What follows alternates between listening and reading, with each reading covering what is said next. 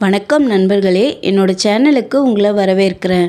அமரர் கல்கியின் கள்வனின் காதலி அத்தியாயம் 52. பொழுது புலர்ந்தது.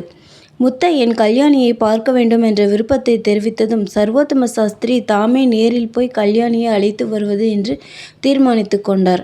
வேறு யாராவது போனால் கலவரப்படுத்தி விடுவார்கள் என்றும் ஒருவேளை அவள் வருவதற்கு மறுத்துவிடலாம் என்றும் நினைத்தார். அதோடு கூட முத்தையன் இருக்கும் இடத்தை கல்யாணி தெரிவித்ததற்கு காரணமான மர்மம் ஏதோ இருக்க வேண்டும் என்பது அவருடைய மனத்தில் உறுத்தி கொண்டே இருந்தது. இவ்வளவு கண்டுபிடித்த பிறகு அதை கண்டுபிடிக்காமற் போனால் என்ன பிரயோஜனம்? அவர் ஏற்கனவே கேள்விப்பட்டிருந்த விஷயங்களை வைத்துக்கொண்டு கல்யாணிக்கும் முத்தையனுக்கும் இருந்து வந்த சம்பந்தத்தை ஒருவாறு ஊகித்து அறிந்து கொண்டார். அவர்கள் காதலர்கள் என்பதிலும் சென்ற சில தினங்களாக கல்யாணிதான் முத்தையனுக்கு உணவு அளித்து காப்பாற்றிருக்க வேண்டும் என்பதிலும் சந்தேகமில்லை. ஆனால் அன்றைய தினம் அவளுடைய மனக்கலக்கத்திற்கு காரணம் என்ன? முத்தையனுடைய உண்மை காதலியை பற்றி ஏதோ சொன்னாலே, அது என்ன? அப்படியெல்லாம் இருக்குமோ? முத்தையன் அத்தகைய மனிதனாய் தோன்றவில்லையே. அவனை போலீசார் சூழ்ந்தபோது அங்கே வேறு ஸ்திரீயும் இருக்கவில்லையே. என்ன காரணத்தினால் அவளுக்கு அப்படிப்பட்ட விபரீத சந்தேகம் இருந்திருக்கக்கூடும்? கல்யாணியை பார்த்து பேசினால்தான் இந்த மர்மம் வெளியாவதற்கு வழி உண்டு என்று எண்ணிய சாஸ்திரி ராயவரத்திலிருந்து இரவு 3 மணிக்கே குதிரை ஏறி பூங்குளத்திற்கு பிரயாணமானார். திருடனை பிடிக்கிற வரையில் குதிரையில் போனால் அவனுக்கு முன்னெச்சரிக்கை கொடுத்தது போலாகும் என்று அவர் சைக்கிளில் போய்க் கொண்டிருந்தார். இப்போது அந்த பயம் இல்லையாதலால் இரவு நேரமாதலாலும் குதிரை ஏறி கிளம்பினார். அவர் பூங்குளம் மூங்கில் பாலத்திற்கு கிட்டத்தட்ட வந்தபோது சுமார் 4:30 மணி இருக்கும். கிழக்கு திசையில் அப்போதுதான் சிறிது வெண்ணிறம் கண்டது. நன்றாய் விடிந்த பிறகே ஊருக்குள் போக வேண்டுமென்று எண்ணிய சாஸ்திரி குதிரையின் லகானை பிடித்து இழுத்து நிறுத்தினார். வாய்க்காலின் அந்தப்புறம் அவர் தற்செயலாக பார்த்தபோது ஒரு பெண் உருவம் தலைமயிரை அவிழ்த்து போட்டுக்கொண்டு உட்கார்ந்திருப்பது போல் தெரிந்தது. அந்த வேளையில் அத்தகைய காட்சியை கண்டபோது மகா தைரியசாலியான சாஸ்திரி கூட சிறிது கலவரம் அடைந்தார்.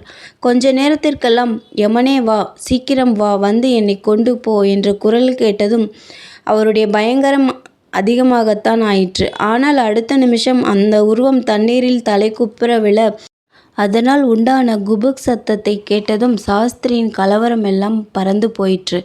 உடனே குதிரையிலிருந்து குதித்து மூங்கில் பாலத்தை 2 எட்டில் தாண்டி இக்கரைக்கு வந்து வாய்க்காலின் கரையோரமாய் ஓடினார். தண்ணீரில் மேலே மிதந்த தலைமயிரின் மூலமாய் கல்யாணி போகும் இடத்தை கண்டுபிடித்து கரையில் இருந்தபடியே அவளை தூக்கி கரை சேர்த்தார். கீழ் திசையில் தோன்றிய வெளிர் நிறம் சிறிதாக பவுன் நிறத்திற்கு மாறி கடைசியில் பத்தரை மாற்று பசும்பொன்னின் நிறத்திற்கு வருகிறது. நட்சத்திரங்கள் நன்றாய் ஒளிமங்கி மறையத் தொடங்குகின்றன.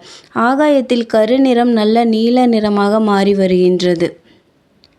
நாலாபுறத்திலும் பட்சிகள் கோலாகலமாக சங்கீத கச்சேரி நடக்கின்றது.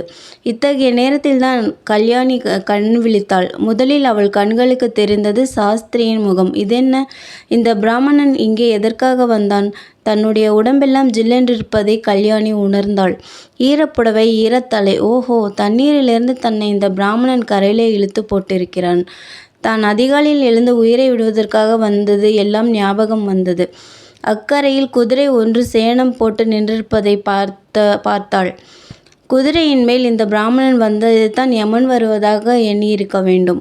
கல்யாணி எழுந்திருந்து உட்கார்ந்தாள். சாஸ்திரியை பார்த்ததும், ஐயா, உங்களை என் உயிரை கொண்டு போக வந்த யமன் என்று நினைத்தேன். நீங்களோ என் உயிரை காப்பாற்றியிருக்கிறீர்கள் என்றாள்.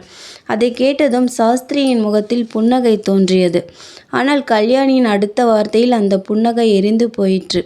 ஆனால் என்னை ஏன் காப்பாற்றினீர்கள்? ஐயோ, நான் இறந்து போயிருந்தால் எவ்வளவு நன்றாய் இருந்திருக்கும் என்றாள். உனக்கு என்ன துக்கமோ, எதற்காக நீ சாக நினைத்தாயோ எனக்கு தெரியாது அம்மா. ஆனால் உன்னை அழைத்து வருவதாக முத்தையனிடம் வாக்கு அளித்து விட்டு வந்திருக்கிறேன். நான் வந்ததும் நீ ஆற்றில் விழுந்ததும் சரியாய் இருந்தது. என்ன, முத்தையனா? முத்தையன் என்னை அழைத்து வர சொன்னானா? நிஜம்தானா? நிஜமாக முத்தையன் என்னை அழைத்து வர சொன்னானா என்றாள் கல்யாணி.